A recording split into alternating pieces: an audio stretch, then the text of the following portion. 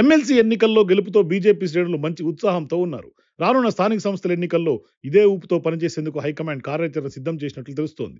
రానున్న స్థానిక సంస్థల ఎన్నికలతో పాటు జీహెచ్ఎంసీ ఎన్నికల్లో సత్తా చాటడం ద్వారా రానున్న అసెంబ్లీ ఎన్నికల నాటికి కాంగ్రెస్కు తాము మాత్రమే ప్రత్యామ్నాయమనే అభిప్రాయం ప్రజల్లో వచ్చేలా పక్కా ప్లాన్తో బీజేపీ నేతలు ముందుకెళ్తున్నారు. అయితే ఇది బీజేపీకి అంత ఈజీ కాదనే అభిప్రాయాన్ని కొందరు రాజకీయ విశ్లేషకులు వ్యక్తం చేస్తున్నారు. గతంలో దుబ్బాక, హుజురాబాద్ ఉప ఎన్నికల్లో గెలవడంతో పాటుగా జీహెచ్ఎంసీతో సత్తా చాటిన బీజేపీ అసెంబ్లీ ఎన్నికల నాటికి చితకలబడింది. రాష్ట్ర అధ్యక్షుడి మార్పుతో బీజేపీ రన్నింగ్ రేస్లో వెనక్కి వెళ్లిపోయిందనే ప్రచారం జరిగింది. దీంతో 2023 తెలంగాణ శాసనసభ ఎన్నికల్లో బీజేపీ 8 శాసనసభ స్థానాలను గెలుచుకుంది.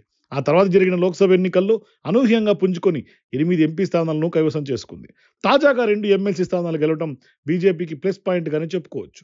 ప్రస్తుతం తెలంగాణలో గతంతో పోలిస్తే బీఆర్ఎస్ బలం కొంతమేర తగ్గిందనే చర్చ జరుగుతోంది. బీజేపీ బలపడుతున్నప్పటికీ రానున్న రోజుల్లో కాంగ్రెస్ ను ఓడించే స్థాయిలో ఆ పార్టీ బలం పెంచుకోగలదా, లేదంటే బీఆర్ఎస్ తన బలాన్ని పెంచుకొని కాంగ్రెస్ కు సవాల్ విసురుతుందా అనేది వేచి చూడాలి.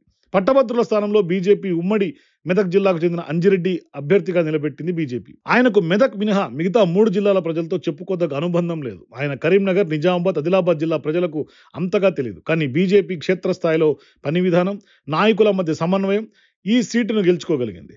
అభ్యర్థి కంటే పార్టీని గెలిపించుకోవాలనే ప్రణాళికలతో కమలం నేతలు ముందుకు వెళ్లారు. దీంతో యువతను బీజేపీ ఆకర్షించగలిగింది. మరోవైపు బీఆర్ఎస్ పోటీలో లేకపోవడంతో ప్రభుత్వంపై వ్యతిరేకంగా ఉన్న యువత బీజేపీ వైపు మొగ్గు చూపినట్లుగా తెలుస్తోంది.